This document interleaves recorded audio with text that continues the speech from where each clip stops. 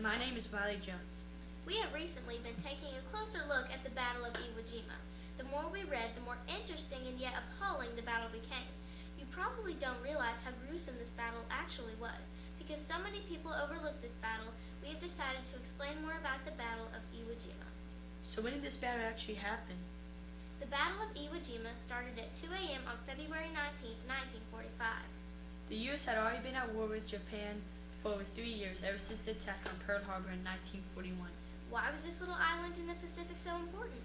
The terrain was mostly made of volcanic ash, and it was only about 8 square miles long. However, we learned that Iwo Jima had something very important to the U.S. and Japan: airstrips.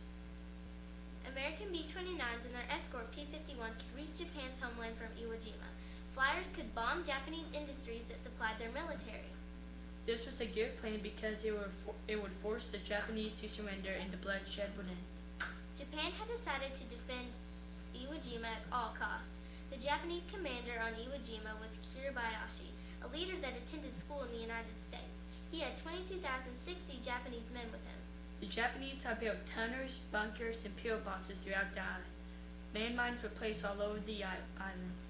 True to the Japanese code of honor, they were prepared to fight to the death. The Americans decided to bombard the island. The Americans bombed the island for 3 days before they landed.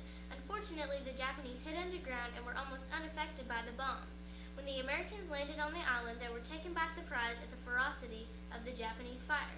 To make matters worse, it was hard for the soldiers to run or build foxholes in the volcanic ash. It seemed as the man was just targets. This battle was in fact the first American attack on Japanese home territory.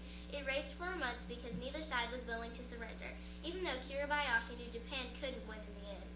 70,000 Marine, Navy, corpsmen, U.S. Army, Air Force, and airmen and nurses were involved in this battle. The battle included some of the bloodiest fighting in World War II. One of the things that lifted the troops' spirits was the raising of the American flag on the top of Mount Suribachi on the 5th day of the battle.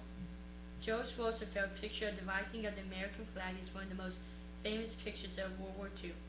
It later won a Pulitzer Prize for photography of the 6 flag risers in the picture. 3 died later in the battle. The Battle of Iwo Jima ended on March 26, 1945. A victory for the Americans came at a great cost. Almost 7,000 men were killed and over 19,000 were wounded. All of the Japanese soldiers were killed except 260, which were taken prisoner. The Japanese commander's body was never found. The United States still has a cemetery on the island of Iwo Jima for the thousands of killed Americans who gave their lives for us.